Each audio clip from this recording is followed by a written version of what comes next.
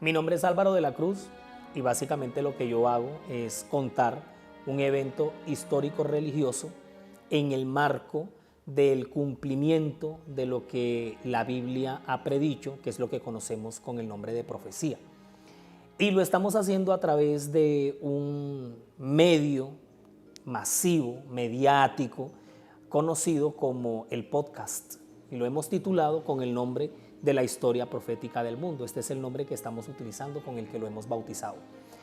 Bueno, llegamos ahí porque trabajamos como un equipo, luego de haber tenido experiencia como pastor de distrito, ministro de misión global, capellán de institución y profesor de aula. He tenido la oportunidad de, además de ser orientador espiritual en institución, que es estar al frente de todo el cumplimiento de la preparación, la ejecución y la evaluación del plan maestro de desarrollo espiritual de una institución, también en las aulas he tenido la oportunidad de dictar materias como profesor, tales como Biblia, cosmovisión, ética y valores. También he enseñado filosofía, historia, lengua castellana, plan lector, literatura. Hemos enseñado también inglés y francés porque, aparte de yo ser licenciado en teología, soy licenciado en lenguas modernas. Lo que pasa es que yo, ante todo, lo que soy es maestro, y lo mío es la pedagogía, lo que es la pedagogía de la Biblia, la pedagogía de la historia, de la profecía. Son cosas que a mí desde siempre me han gustado. Vengo de un núcleo, de un seno familiar y de un árbol familiar bastante grande, donde la profesión que más abunda es la de ser maestro.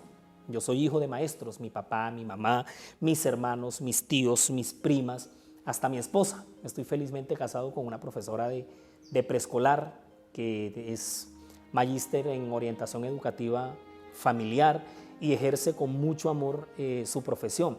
Es decir, del núcleo que yo vengo, esa vocación por la enseñanza se ha extendido al hogar que ahora yo conformo. Entonces, digamos que ha sido algo que me ha acompañado toda la vida. Yo crecí en un ambiente muy académico, rodeado de una biblioteca que mis padres fueron formando. Y entonces mis hermanos y yo siempre hemos sido como muy comedores de libros, como ratón de biblioteca, como comúnmente le llaman. Entonces yo crecí rodeado de atlas, de diccionarios enciclopédicos. Las mejores marcas de libros las teníamos nosotros. Por ejemplo, mi mamá fue una cliente fiel de una marca que en Colombia fue muy famosa, como lo fue Círculo de Lectores. Entonces nosotros teníamos la enciclopedia de Salvat del Estudiante, Salvat Editores, era una de las marcas que más abundaban en la biblioteca de la casa, Plaza y Janés, los diccionarios de Larousse, la Lexis 22, o sea, fueron cosas que siempre me rodearon.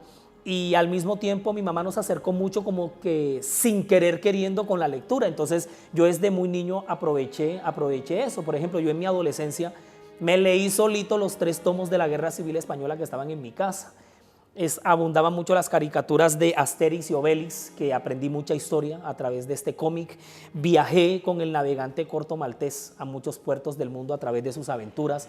Tintín, por ejemplo. Pero en la biblioteca de mi casa siempre sobresalió un libro que fue el que me impactó toda la vida y que nunca lo he dejado de estudiar y que hoy me apasiona en enseñar: la Santa Biblia. Nosotros teníamos Biblias de todas las que tú quieras: la Sagrada Biblia, la Biblia de Jerusalén, Dios habla hoy, la Reina Valera del 60. Entonces desde siempre aprendí a ver la Biblia como un libro de que su autor quiere estar con nosotros, que es Dios, y también nos quiere transformar a través de la lectura de las Sagradas Escrituras. Pero al mismo tiempo la empecé a ver y a abordar y a enseñar desde un punto de vista académico. Me encanta mucho la interdisciplinariedad que las Sagradas Escrituras tienen. Las puedes estudiar de una manera antropológica, axiológica, sociológica, histórica, geopolítica. Para mí es la fuente donde todas las ciencias se encuentran, y entre más ciencia, pues más llegamos a Dios. Y hoy por hoy yo veo a la congregación así. Cuando yo me paro en un púlpito, yo no puedo dejar de concebir a la congregación, a la iglesia, como si fuera un aula de clases, y yo como el profesor, un facilitador del conocimiento que finalmente nos llevará a la vida eterna, que es lo que encontramos en las Sagradas Escrituras, porque ellas nos dan testimonio de Jesús. Con la historia profética del mundo, este podcast, estoy cumpliendo un sueño grande porque yo siempre quise tener un programa o como un programa radial de este corte y hoy estoy cumpliendo muchas cosas que yo desde niño soñé, que yo estudiaba, que me sentaba a escribir en un cuadernito, después llegó el computador portátil y empecé a diseñar pues como mis temas y hoy por hoy los estamos presentando en series de X cantidad de capítulos como la historia de la iglesia, la historia de la reforma protestante, el origen bíblico de las civilizaciones, el espiritismo, que es un flagelo pues global que debe ser muy aclarado en estos días, la historia denominacional me encanta, entonces desde pequeño, desde adolescente, en los clubes de la iglesia, esa curiosidad mía era retroalimentada y con el pasar de los tiempos, cuando estudiábamos historia denominacional, que íbamos a los campamentos, las competencias espirituales, los eventos espirituales, digamos que como que retroalimentaban esa película que yo tenía en la cabeza y hoy por hoy yo puedo decir que soy producto de cada uno de esos elementos que se fueron conjugando en todos los años de mi vida. Con la historia profética del mundo arrancamos con el origen bíblico de las civilizaciones desde el monte Ararat y de ahí en adelante he contado la historia de los hijos de Noé, quienes fueron los gestores de las primeras civilizaciones que se desarrollaron en la Mesopotamia. Luego fueron llegando los asirios, los babilonios, los egipcios, los medopersas, los griegos, el imperio romano, luego vino el Sacro Imperio Romano, vinieron las etapas o los periodos de la historia profética del mundo como la Ilustración, el Renacimiento, el Barroco, el Posmodernismo, el Iluminismo, el gran boom del despertar cristiano, el nacimiento de la iglesia remanente en la profecía. Y bueno, para mí todo eso es pasión. Me encanta relatarlo, me encanta contarlo, porque una de las cosas que yo he aprendido en mi vida y en los estudios que Dios me ha permitido desarrollar, tengo un afán y soy un precursor, un abanderado del rescate de la tradición del relato oral.